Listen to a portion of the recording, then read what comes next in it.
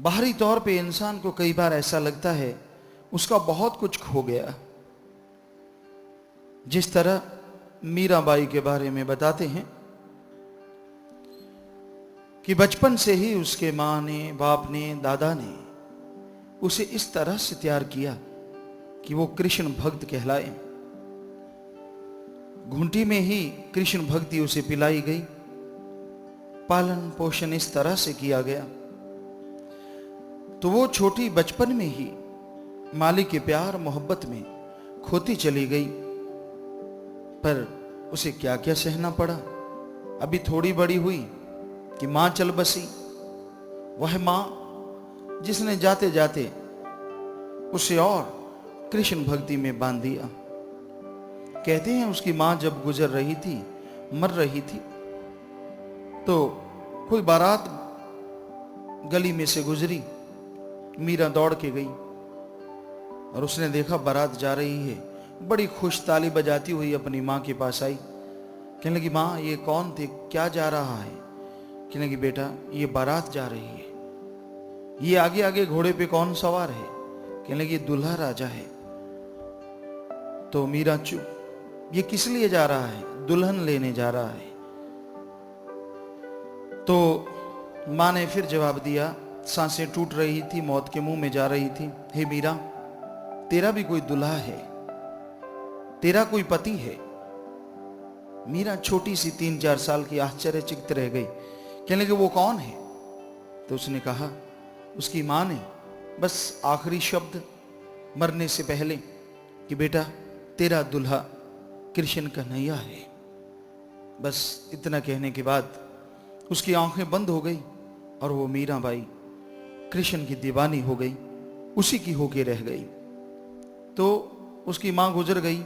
फिर इस रास्ते पे लाने वाले उसके दादा, वो बहुत मोहब्बत करते, मंदिर बनवाया उसके लिए, नाच गान जो भी वो करती उसे सिखाते रहते। समय गुजरता गया और आखिर एक दिन वो भी मीरा को छोड़ के चले गए। फिर शादी का प्रस्ताव आया, जो कुठाराघात था। कैसे सोच सकती थी जब मां ने कहा था कि दूल्हा आपका कृष्ण है। पर फिर भी जब ये पता चला कि अगर हां ना की तो उसके माँ बाप, जितना भी परिवार है, जितना भी मेवाड़ है, सब धूल धूलमित हो जाएगा, खत्म हो जाएगा।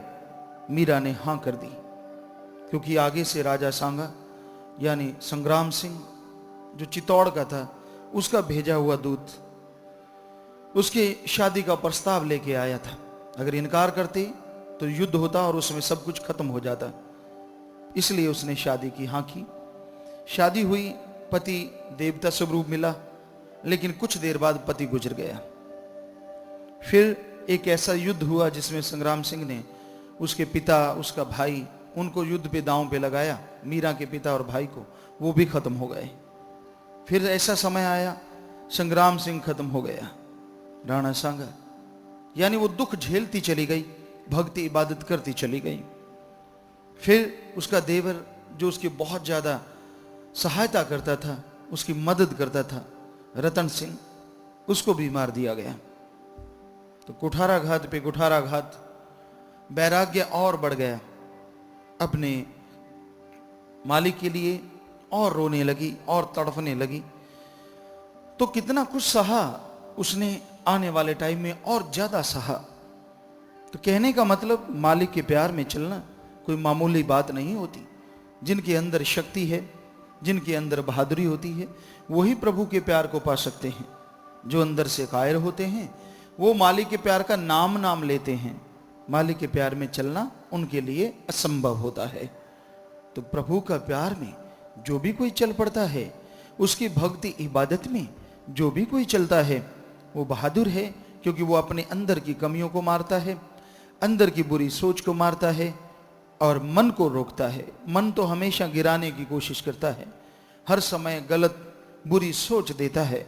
तो वो भाग्यशाली जीव हैं जो अपने मन से लड़ते हुए मालिक की भक्ति इबादत को हासिल करके उसके दर्श दीदार के काबिल बन जाते हैं और दोनों जहां की खुशियों से माला माल हो जाते हैं। तो अगर आप प्रभु परमात्मा सतगुरु मालिक के वचनों पे चलते हैं, तभी उसके प्यार मोहब्बत के काबिल बन पाते हैं, उसकी दिव्य दृष्टि के लायक बन पाते हैं।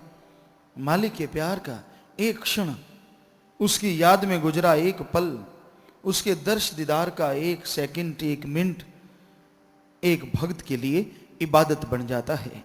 वो जब भी उसे याद करता है एक अलग तरह का आनंद आता है, वैराग्य आता है। मन तो और ख्याल देता है, मन उसे रोकता है, टोकता है, तरह तरह के गलत विचार देता है ताकि वो प्रभु भक्ति से दूर हो जाए।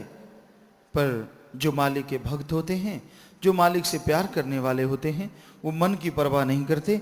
ओम हरि अल्लाह मालिक की भक्ति में, परमात्मा सदगुरु की भक्ति में आगे बढ़ते चले जाते हैं और एक दिन उसके दर्श दीदार करते हैं, दोनों जहां में अपना नाम अमर कर जाते हैं।